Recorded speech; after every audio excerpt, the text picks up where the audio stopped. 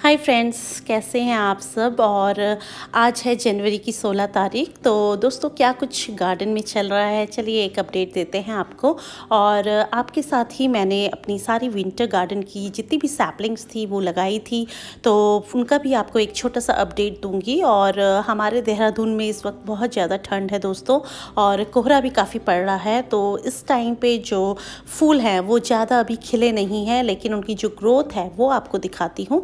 तो शुरुआत करते हैं लिलियम्स के प्यारे प्यारे जो फूल हैं उनसे। तो अभी देखिए, ये बिल्कुल ही जो कलियां हैं खिलने के लिए तैयार हैं, पर अभी खिली नहीं हैं। तो इनकी भी जितनी अच्छी ग्रोथ होनी थी अब हो चुकी है, और बस अब खिलने का इनका इंतज़ार है। तो दोस्तों, जो ये मैरून कलर की है सबसे ज़्यादा इन्हीं की ग्रोथ दिख रही है, और ये सबसे पहले मुझे लगता है यही खिलेंगी। और फिर आपको और दिखाती हूँ।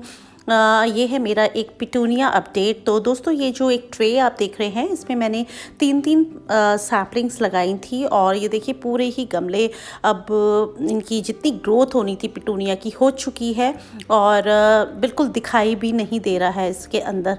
तो यही हम चाहते थे, क्योंकि अगर आपको हज़ारों की संख्या में फूल चाहिए तो आप बिल्कुल फूल लेने की जल्दी बिल्कुल ना करें। पहले जो पौधा है या प्लांट आपने सैपलिंग लगाई है उसको पूरी तरह से ग्रोथ पे आने दीजिए, वो पूरा कवर कर ले। अगर कलियाँ आएँ भी तो आप उनको पिंच कर दीजिए, जिससे कि जो पौधा है वो अपनी ग्रोथ बढ़ाएगा। साइड्स में मल्टीपल ब्रांचेस इसकी होंगी तो उतने ही ज़्यादा इसमें फूल आएंगे।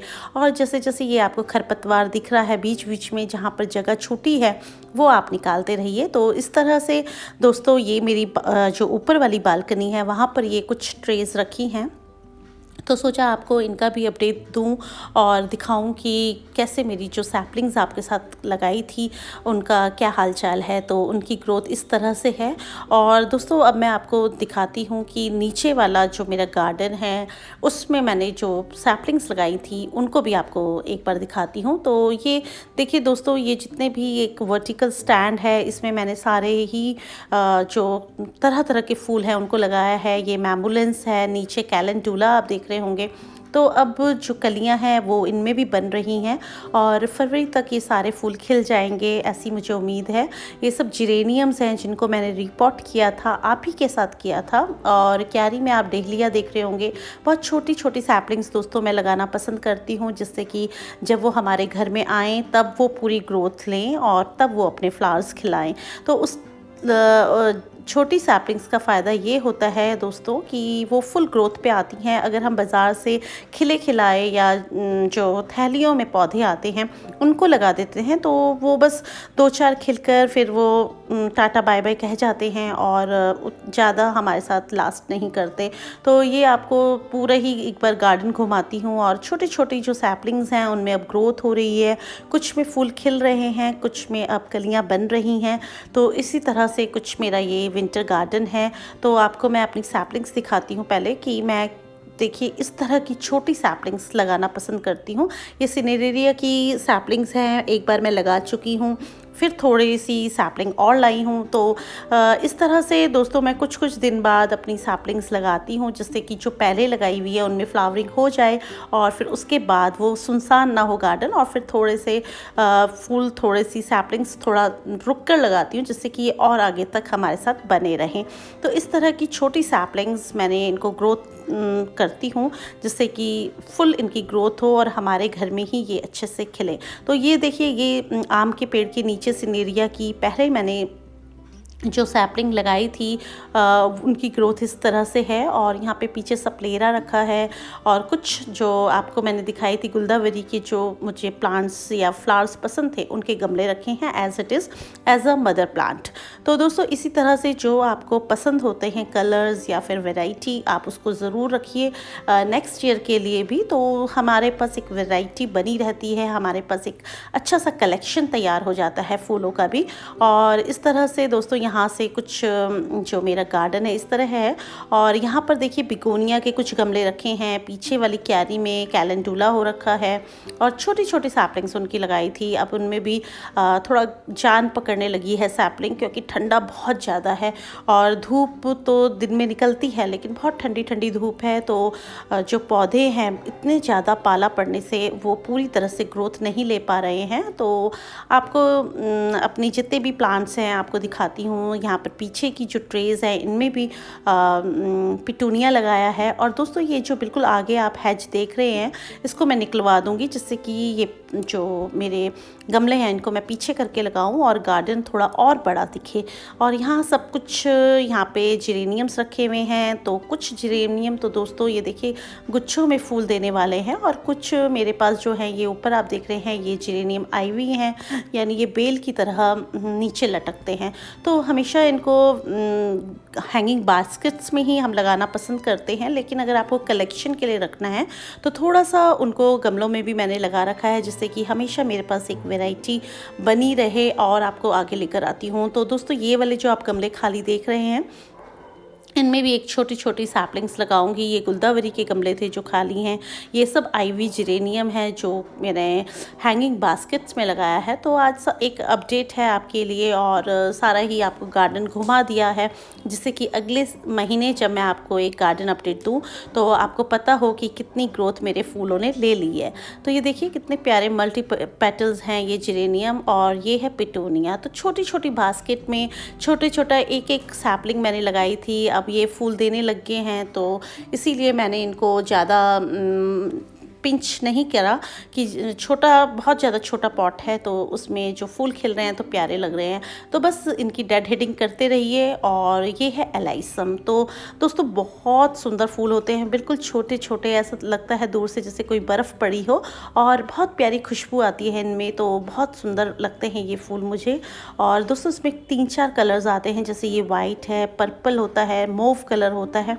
तो काफ़ी सारे इसके कलर्स हैं, 3-4 शेड्स आते हैं एलाइसम के।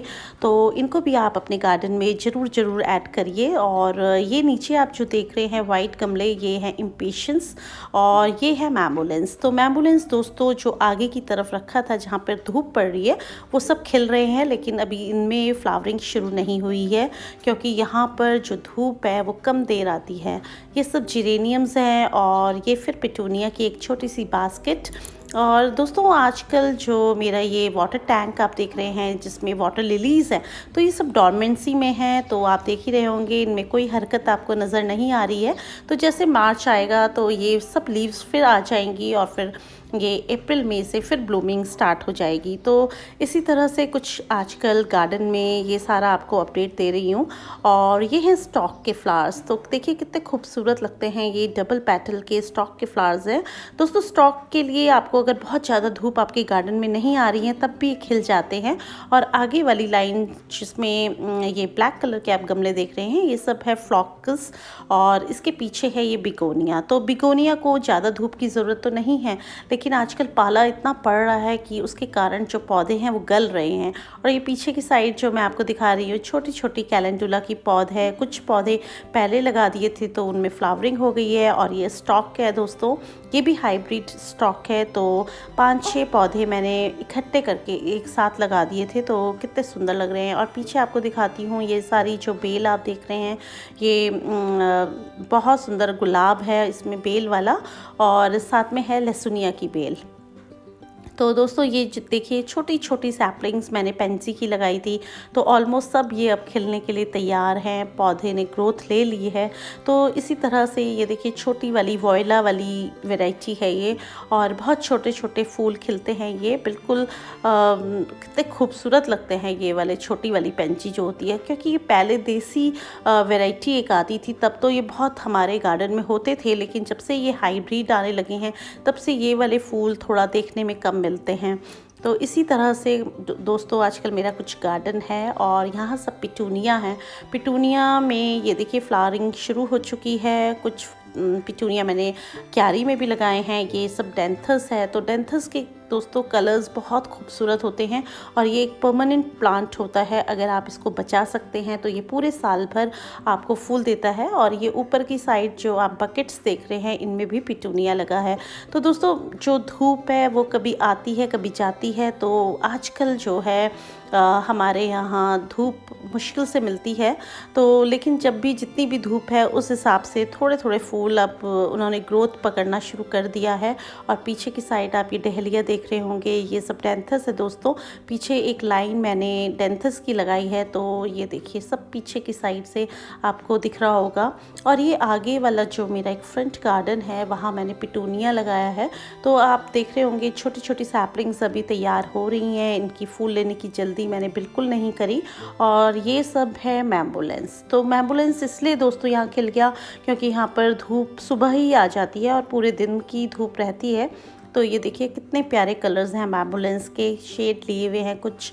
और साइड से जो ये छोटी छोटी घास हो रही है इनको निकालते रहिए, थोड़ा थोड़ा गुड़ाई करते रहिए जिससे कि इनको अंदर तक ऑक्सीजन मिलती रहे। और दोस्तों ऊपर वाले गमले जो हैं उसमें है ज़रबेरा। ये देखिए कितना खूबसूरत ज़रबेरा का फ्लावर है। और अब सब में ही ऑलमोस्ट कलियां बनने लगी हैं, अब इनका टाइम आ चुका है। और यहाँ पे सारे मेरे ज़रबेराज रखे हैं। तो दोस्तों आशा करती हूँ आपको वीडियो अच्छा लगा होगा। अगर अच्छा लगे तो प्लीज़ एक लाइक कीजिए और मेरे चैनल को अगर आपने अभी तक सब्सक्राइब नहीं करा है तो प्लीज़ कर लीजिए। तो फिर मिलते हैं दूसरी वीडियो में किसी नए टॉपिक के साथ। तब तक के लिए हैप्पी गार्डनिंग।